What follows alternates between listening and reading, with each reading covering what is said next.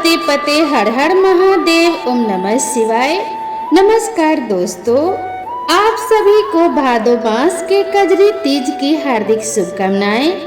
तीज माता आप सभी पर अपना आशीर्वाद बनाए रखें, सभी को अखंड सौभाग्य दें और सभी भक्तों की मनोकामनाएं पूरी करें। इसी मंगल कामना के साथ आज की कथा को सुनते हैं।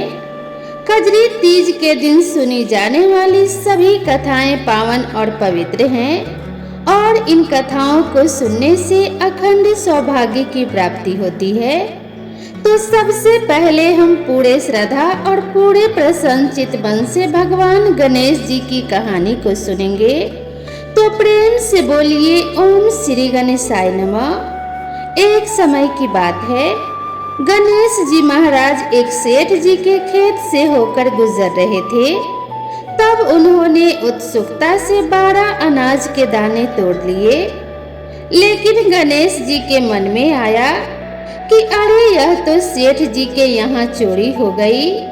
वे अपने मन में पछतावा करने लगे और सोचने लगे कि यह तो मुझसे बड़ा भारी पाप हो गया, अब मैं क्या करूं? मेरा यह पाप कैसे उतरेगा? तभी गणेश जी को एक उपाय सूझी कि चलो मैं सेठ जी के यहाँ 12 साल तक नौकरी पे रह जाता हूँ। ऐसा करने से मेरे पाप कम हो जाएंगे। बस यही विचार कर गणेश जी ने एक बालक का रूप धारण किया और सेठ जी के घर चले गए और कहने लगे, सेठ जी मुझे आप अपने यहाँ काम पर रख लीजिए। अब सेठ जी को भी नौकर की जरूरत थी, इसीलिए उन्होंने गणेश जी को काम पर रख लिया। अब गणेश जी सेठ जी के यहाँ नौकर बनकर रहने लगे और सेठ जी का सारा काम करते लगे। एक दिन की बात है, सेठानी जी राख से हाथ धो रही थी। गणेश जी ने देखा तो सेठानी का हाथ पकड़ा और मिट्टी से धुलवा दिया। सेठानी को तो बड़ा अजीब लगा। वह भागी भागी सेठ जी के पास गई और जाकर बोली, यह कैसा नौकर रख लिया है आपने? आज इसने मेरा हाथ पकड़ लिया। गणेश जी को सेठ जी ने बुलाया और पूछा, क्यों भाई तूने ऐसा क्यों किया? तूने सेठानी का हाथ क्यों पकड़ा?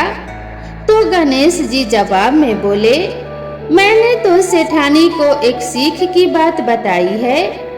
राख से हाथ धोने से घर की लक्ष्मी नाराज होकर चली जाती है, जबकि मिट्टी से हाथ धोने से लक्ष्मी लौटकर आ जाती है। सेठ जी ने सोचा बात तो सही कह रहा है और उसे माफ कर दिया। ऐसा करते करते कई दिन बीत गए। थोड़े दिन बाद कुंभ का मेला आया तो सेठ जी नौकर बने गणेश जी से बोले, भाई मुझे तो व्यापार में बिल्कुल भी समय नहीं मिलता। ऐसा कर तू सेठानी को कुंभ के मेले में ले जा और वहां से स्नान ध्यान करवा के ले आ। तो गणेश जी जो सेठ जी के यहाँ नौकर बने थे, सेठानी को लेकर कुंभ के मेले में चले गए। वहां जाकर सेठानी किनारे पर बैठकर थोड़ा थोड़ा पानी डालकर नहाने लगी। तो गणेश जी ने उसका हाथ पकड़ा और ले जाकर बीच नदी में डुबकी लगवा कर ले आए। घर आकर सेठानी तो सेठ जी से फिर से शिकायत करने लगी और कहने लगी, यह आपने कैसा नौकर रख लिया है? मेरी तो इज्जत ही नहीं करता।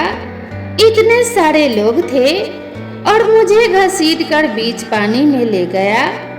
अब सेठ जी ने फिर से गणेश जी को बुलवाया। गणेश जी बोले, सेठानी तो गंदे पानी से किनारे पे बैठकर नहा रही थी और मैं उन्हें आगे ले गया और अच्छे पानी में डुबकी लगवा कर लाया हूँ। इससे अगले जन्म में यह बहुत बड़ी रानी बनेगी और उन्हें बहुत राजपाट मिलेंगे। तो सेठ जी ने सोचा कि कह तो सही रहा है, तो उन्होंने फिर से नौकर बने गणेश जी को माफ कर दिया और बात आई गई कर दी, अर्थात बात को वहीं पर समाप्त कर दी। एक दिन सेठ जी के घर में पूजा रखी गई और हवन हो रहा था। सेठ जी तो हवन में बैठे थे, पर सेठानी अभी तक नहीं आई थी। तो सेठ जी ने गणेश जी से कहा, जाओ भाई सेठानी को बुलाकर ले आओ। तब गणेश जी सेठानी को बुलाने कमरे में गए। वहां जाकर गणेश जी ने देखा सेठानी तैयार बैठी थी, लेकिन सेठानी ने काली चुन्नी डाली हुई थी। तो गणेश जी बोले, सेठानी जी पूजा पाठ में काले कपड़े नहीं पहनते, इसीलिए आप चुन्नी बदल लो। लेकिन सेठानी नहीं मानी। उसने सोचा नौकर है और नौकर होकर मुझे आदेश दे रहा है, मैं इसकी बात क्यों मानूं? तो वह काली चुन्नी ओढ़कर जैसे ही चलने लगी, गणेश जी ने क्या किया, सेठानी के सिर से चुन्नी उतारी और फाड़ दी और कहा, अब लाल रंग की चुन्नी ओढ़ो तब चलो। सेठानी तो यह सब देखकर बहुत गुस्से में आ गई। वह कहने लगी, अब मैं पूजा में नहीं जाऊंगी, और नाराज होकर अपने कमरे में ही लेट गई। अब जब सेठानी नहीं आई तो सेठ जी इंतजार करते रहे। बहुत देर हो गई तो सेठ जी खुद उठकर अंदर आए। जब सेठ जी अंदर आए तो देखा सेठानी नाराज होकर पड़ी है। सेठ जी ने पूछा कि क्या हुआ, तुम अभी तक पूजा में क्यों नहीं आई? तो सेठानी बोली, आपने यह पता नहीं कैसा पागल नौकर रख लिया है। आज तो इसने हद कर दी, आज इसने मेरी चुन्नी फाड़ दी। अब इतना सुनकर तो सेठ जी को भी बड़ा गुस्सा आया। उन्होंने गणेश जी को बुलवाया और कहा कि आज तो तुमने हद कर दी, बताओ तुमने सेठानी की चुन्नी क्यों फाड़ दी? तो गणेश जी बोले, सेठ जी पूजा पाठ में काले रंग के कपड़े नहीं पहनते, मैंने तो सिर्फ इन्हें लाल रंग के कपड़े पहनने को बोला था। काले कपड़े पहनने से कोई भी शुभ कार्य सफल नहीं होता। जब इन्होंने नहीं मानी तो मैंने सोचा कि चुनरी फाड़ देता हूँ, फिर तो इन्हें दूसरी चुन्नी ओढ़नी ही पड़ेगी। गणेश जी की बात सुनकर सेठ जी ने सोचा कि कह तो सही रहा है, पूजा पाठ में काले कपड़े तो नहीं पहनने चाहिए। सेठ जी ने मन ही मन विचार किया कि समझदारी की बात कर रहा है, तो उन्होंने फिर से बात आई गई कर दी और सेठानी को भी मना लिया। अब इस तरह करते करते फिर से कुछ दिन बीत गए। एक दिन सेठ जी के घर में गणेश जी की पूजा थी, तो पंडित जी बुलवाए गए। पंडित जी आए और उन्होंने पूजा की तैयारी शुरू कर दी। तत्पश्चात पूजा करनी शुरू कर दी। लेकिन यह क्या, पंडित जी तो गणेश जी की मूर्ति लाना ही भूल गए। पंडित जी सेठ जी से बोले, अब बताओ पूजा कैसे करें जब गणेश जी की मूर्ति ही नहीं है? सभी लोग बड़े चिंता में पड़ गए, क्योंकि जब मूर्तियां निकाली जा रही थी तो गणेश जी वहीं पर खड़े थे। अब देखा कि मूर्तियां निकाली जा रही हैं, सेठ जी बड़ी चिंता में है। तो गणेश जी कहने लगे, मेरे को ही मूर्ति बनाकर यहाँ विराजमान कर लो और मेरी ही पूजा कर लो। आपकी पूजा सफल हो जाएगी और सारे काम आपके सफल हो जाएंगे। अब इतना सुन के तो सेठ जी को बहुत गुस्सा आ गया। वे बोले, अब तक तो तुम सेठानी के साथ ही मजाक करते थे, लेकिन अब तुम मुझसे भी मजाक करने लग गए। तो गणेश जी बोले, नहीं सेठ जी, मैं मजाक नहीं कर रहा हूँ, मैं तो सच कह रहा हूँ। और बस सेठ जी के इतना कहते ही गणेश जी ने अपना असली रूप धारण किया। सेठ सेठानी और पंडित जी के देखते देखते वे चौकी पर जाकर विराजित हो गए। अब सेठ और सेठानी बहुत हैरान हुए। उन्होंने तो गणेश जी की पूजा शुरू कर दी। पूजा समाप्त हुई तो गणेश जी वहां से अंतर्ध्यान हो गए। अब तो सेठ सेठानी हाथ सिर में मारे और बड़ा अफसोस करने लगे और कहने लगे, अरे यह हमसे कितना बड़ा पाप हो गया। इतने सालों से हम गणेश जी को नौकर बनाकर रख रहे थे। हमने उनसे कितना काम कराया और उन्हें कितना भला बुरा कहा। ऐसा सोच सोच कर तो सेठ जी और सेठानी बहुत दुखी हो रहे थे। जब गणेश जी ने सेठ और सेठानी को दुखी होते हुए देखा तो उन्हें भी बड़ा दुख हुआ कि मेरी वजह से यह दोनों दुखी हो रहे हैं।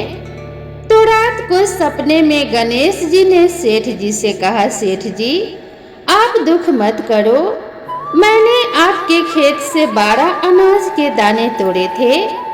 बस उसी का पाप उतारने के लिए मैंने आपके घर में 12 साल तक नौकरी की है।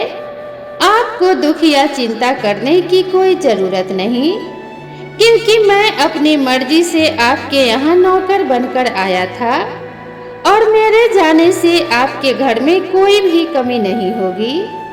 आपके घर में कभी किसी चीज की कमी नहीं रहेगी।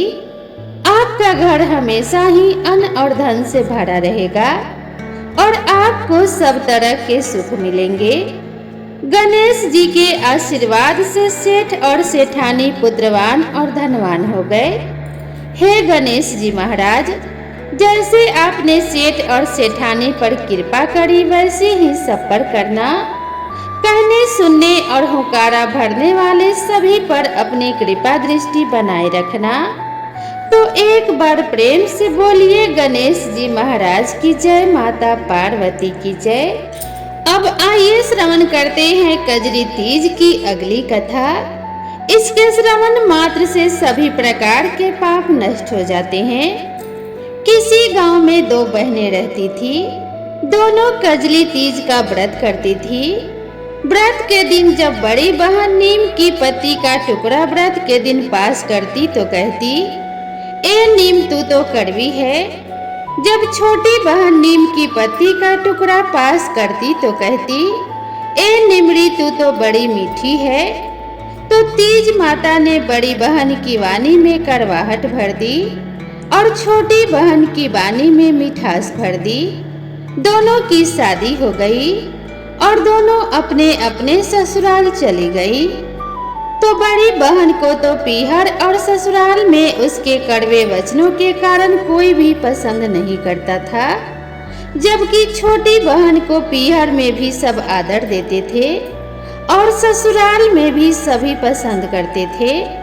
बड़ी बहन बहुत परेशान रहने लगी और मन ही मन सोचने लगी, मैं इतना अच्छा काम करती हूँ, सबसे अच्छा व्यवहार भी करती हूँ, पर कोई मुझे पसंद क्यों नहीं करता। सब मेरी छोटी बहन को ही पसंद करते हैं।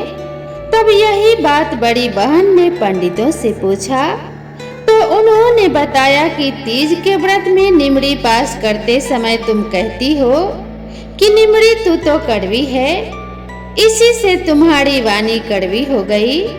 जब दोबारा तीज का व्रत आया तो बड़ी बहन ने निमड़ी की पूजा करते समय कहा, ए निमड़ी तू तो बड़ी मीठी है।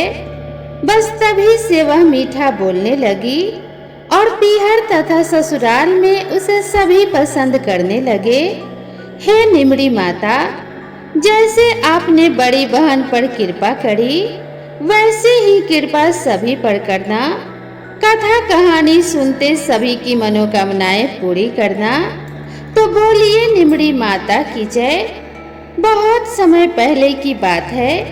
एक साहूकार था, उसके 7 बेटे थे और 7 बहुएं थी। उसकी 6 बहुओं के तो पीहर बहुत अमीर थे। उनके यहाँ से तो खूब भर भर कर सामान आता था, लेकिन 7वीं बहू गरीब घर से थी, तो वहाँ से कुछ भी उपहार नहीं आता था। उसका तो मायका भी नहीं था। सातुरी तीज का दिन आया तो 6 बहुओं के पीहर से सत्तू का पिंड आ गया, लेकिन 7वीं के पीहर से नहीं आया। तो 7वीं बहू ने अपने पति से कहा, मैंने कजरी तीज का व्रत किया है, बड़ी भाभीयों के मायके से तो सत्तू का पिंड आ गया, लेकिन मुझे लाकर कौन देगा? मुझे सत्तू का पिंड लाकर दो, मैंने भी व्रत रखा है। उसका पति बहुत गरीब था, मजदूरी करता था और वह खुद भी जेठानियों के यहाँ काम करके अपने परिवार का गुजारा करती थी। उसका पति कहने लगा, आज तो मुझे मजदूरी में कोई पैसे भी नहीं मिले हैं, मैं तुम्हें सत्तू का पिंड कहाँ से लाकर दूं? अपने पति की बात सुनकर तो वह उदास होकर बैठ गई और कहने लगी, बिना सत्तू के पिंड के मैं व्रत कैसे खोलूंगी और व्रत का पारण कैसे करूंगी? तो साहूकार का लड़का घर से सत्तू लेने के लिए निकल पड़ा। हलवाई की दुकान में गया चोरी करने के इरादे से। वहां जाकर उसने देखा कि चने की दाल रखी है, भट्टी में थोड़ी आंच भी थी। उसने दाल को भट्टी पर सेका और वहीं पर चक्की पड़ी थी, सो दाल को पीसने लगा। दाल पीसने की जो आवाज हुई तो दुकान का मालिक जाग गया और उसे आकर पकड़ लिया। साहूकार का बेटा बोला, मुझे पकड़ो मत, मैं कोई चोर नहीं हूँ। आज मेरी पत्नी ने कजरी तीज का व्रत रखा है, हमारे घर में सत्तू नहीं था। मेरी पत्नी का तो मायका भी नहीं है। मैं आपकी दुकान में चोरी की नीयत से नहीं आया था, मैं सिर्फ थोड़ा सा सत्तू लेना चाहता था। आज मुझे मजदूरी के पैसे नहीं मिले, कल मैं आकर आपके पैसे भी दे दूंगा। यह सुनकर दुकान के मालिक को बड़ा दुख हुआ। वह साहूकार के बेटे से बोला, तुम अपने घर जाओ, तुम्हारी पत्नी आज से मेरी धर्म की बेटी है। तुम्हारे लिए पूजा का सब सामान मैं घर पर ही भिजवा दूंगा। तब उस दुकान के मालिक ने पूजा का सारा सामान, बहुत सारा सत्तू, बहुत सारे कपड़े, गहने, सब कुछ साहूकार के बेटे के घर पहुंचा दिया। साहूकार के बेटे की पत्नी ने देखा तो पूछा, यह सब सामान कहाँ से आया है? तो उसने सारी बात बता दी। उसने विधि विधान से कजरी माता की पूजा की। उसके धर्म के पिता ने जो कपड़े और गहने उसके लिए भेजे थे वह सब उसने पहन लिए। थोड़ी देर में जब वह काम करने नहीं गई तो उसकी जेठानी ने अपने बच्चों को भेजा कि जाओ तो जरा देखो, आज तुम्हारी चाची काम करने क्यों नहीं आई? इतना सारा काम घर में पड़ा है। जब वे बच्चे अपने चाची के घर गए तो देखा चाची तो खूब सजी धजी बैठी है। तो वे कहने लगे, चाची माँ तुम्हें काम करने के लिए बुला रही है, कह रही है सारा काम पड़ा है। तो उसने कहा, आज मैं काम करने नहीं जाऊंगी, आज मैंने तीज का व्रत रखा है, मुझ पर तीज माता की कृपा हुई है, आज तो मेरी सारी गरीबी दूर हो गई। अपने माँ से कहना कि कोई और नौकरानी रख ले। बच्चे घर आते हैं और अपनी माँ से सारी बात कहते हैं तो जेठानी भी भागी भागी जाती है और देखती है कि वह तो खूब सजी धजी दुल्हन की तरह बैठी है। तो उससे पूछती है कि इतने सारे कपड़े और गहने तुम्हारे पास कहाँ से आए? तो उसने सारी बात बता दी। वह बोली, मैंने तो तीज का व्रत रखा था, हमारे घर में सत्तू नहीं था, तो मैंने अपने पति को सत्तू लाने भेजा था। तीज माता की कृपा से दुकान के मालिक ने मुझे अपने धर्म की बेटी बना लिया है और उन्हीं ने यह सब सामान मुझे दिया है। हे तीज माता, जैसे आपने साहूकार की पत्नी पर अपनी कृपा की, वैसे ही व्रत करने वाले, कथा सुनने वाले और कथा कहने वाले सभी पर अपनी कृपा दृष्टि बनाए रखना। तो प्रेम से बोलिए तीज माता की जय। अब आइए सुनते हैं सातुरी तीज के दिन सुनी जाने वाली निमड़ी माता की कहानी। बहुत समय पहले की बात है। एक शहर में एक सेठ और सेठानी रहते थे।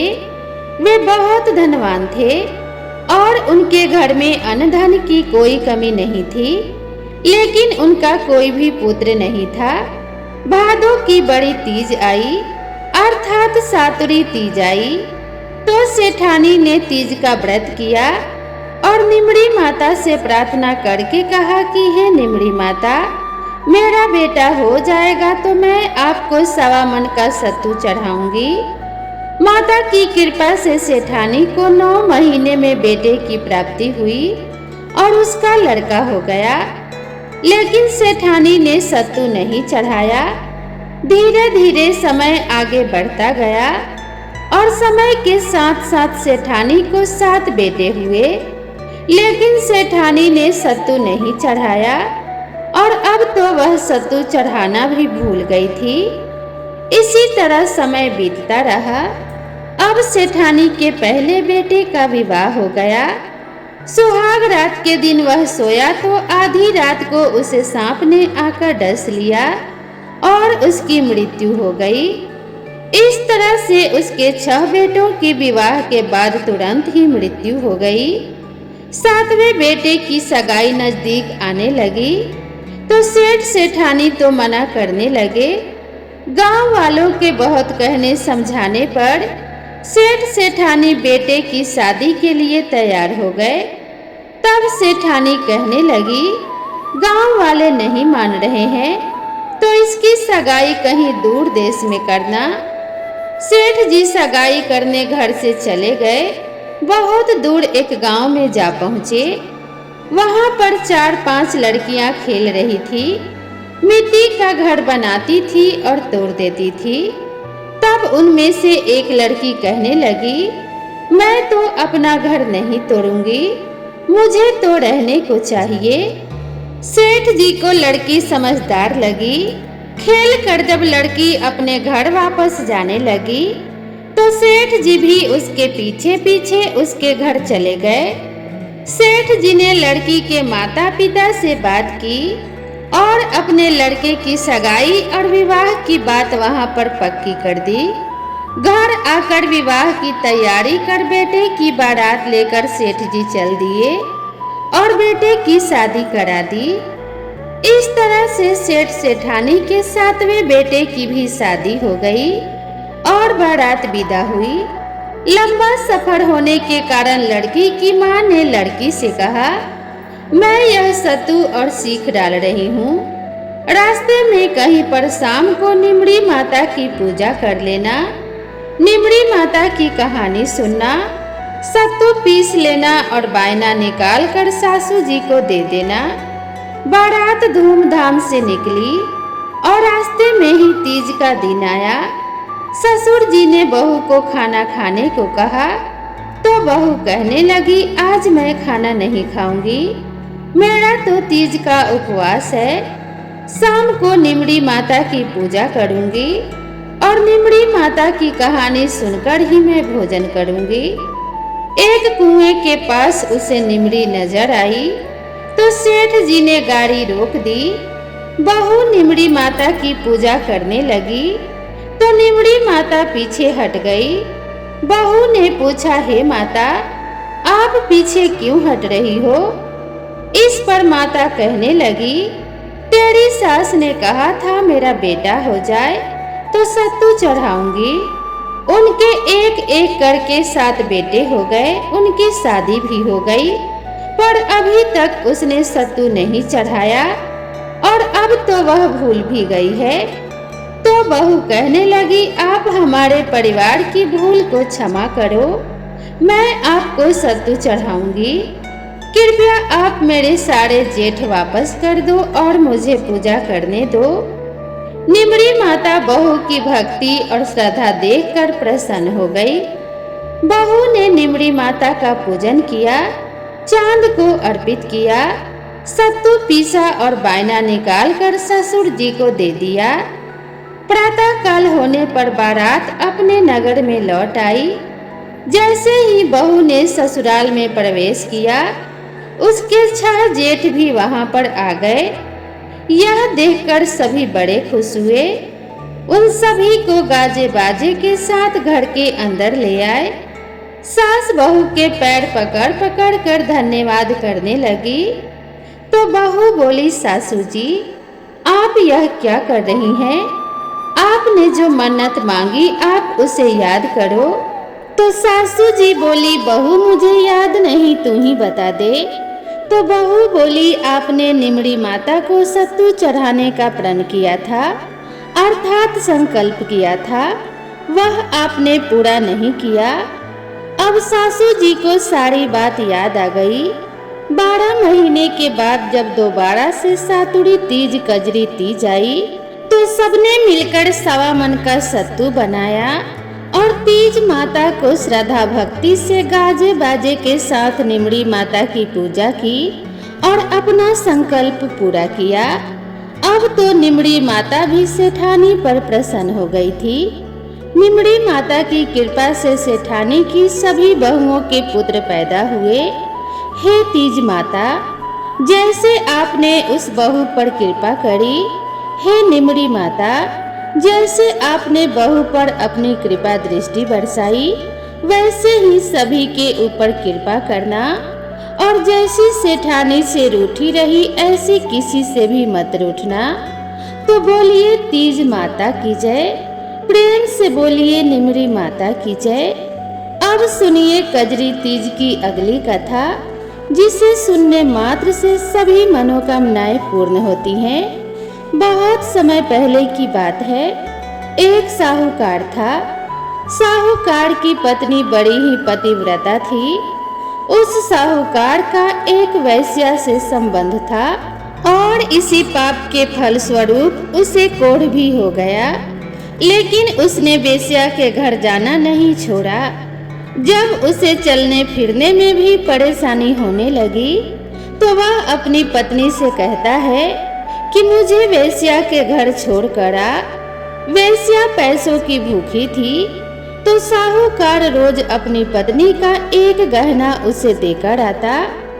उसकी पत्नी बड़ी ही पतिव्रता थी, इसीलिए पति जो कहता वह किया करती थी। एक बार की बात है, कजरी तीज का दिन था और उसने व्रत रखा था। साहूकार रोज की तरह अपनी पत्नी से कहने लगा, मुझे वेश्या के घर छोड़ कर आओ। उस दिन साहूकार बीमारी के कारण बिल्कुल भी नहीं चल पा रहा था, तो साहूकार ने उसे अपने कंधे पर बैठाकर वेश्या के घर ले गई।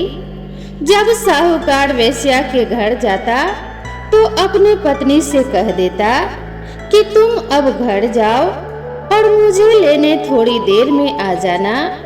लेकिन उस दिन अपने पत्नी से कुछ भी नहीं कहा और अंदर चला गया। तो उसकी पत्नी वहीं पर खड़ी रही। उस दिन वेश्या खिड़की से देख रही थी। उसने साहूकार से पूछा, यह जो तुम्हें छोड़ने आई है, यह तुम्हारी नौकरानी है या कोई और है? यह तुम्हें प्रत्येक दिन कंधे पर बैठाकर छोड़ जाती है? तो साहूकार कहने लगा, वह नौकरानी नहीं है, मेरी पत्नी है।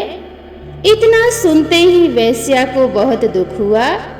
उसने साहूकार को समझाया, तुम घर लौट जाओ, आज तीज है और तुम्हारी पत्नी ने तीज का व्रत किया होगा और उसे पूजा भी करनी होगी। तीज माता की कृपा से वेश्या को सद्बुद्धि प्राप्त हुई थी। उसने साहूकार को उसकी पत्नी के सारे गहने और सारा रुपया भी लौटा दिया और कहा कि अब तुम यहाँ पर कभी मत आना। साहूकार की पत्नी वहीं नीचे खड़ी थी। तभी तेज बारिश होने लगी और बरसाती नाला भी बहने लगा। साहूकार की पत्नी मन में बहुत दुखी हो रही थी और सोच रही थी, मुझे तो तीज माता की पूजा करनी है, मैं पूजा कैसे करूंगी? मुझे तो देर हो जाएगी।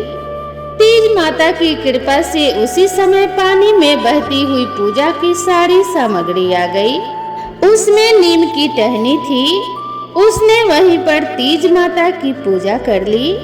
इतने में चंद्रोदय भी हो गया। उसने वहीं पर अंजलि से जल भरा और चंद्रमा को भी अर्पित करने लगी। इतने में ही उसका पति भी आ गया। जब वह अर्घ दे रही थी तो उस जल के छींटे साहूकार पर पड़े और उसी के प्रभाव से उसका कोढ़ भी ठीक हो गया। दोनों पति पत्नी प्रसन्नता से अपने घर लौट आए। हे तीज माता, जैसे आपने साहूकार के सारे दुखों को दूर किया, वैसे ही सबके दुख दूर करना।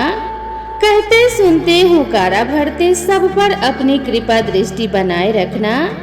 तो प्रेम से बोलिए तीज माता की जय। भगवान शिव शंकर और माता पार्वती की कृपा आप सभी भक्तों पर सदा सर्वदा बनी रहे। इसी मंगल कामना के साथ आप सभी से विदा लेते हैं। मिलते हैं इसी तरह की नई कथा और नई कहानी के साथ।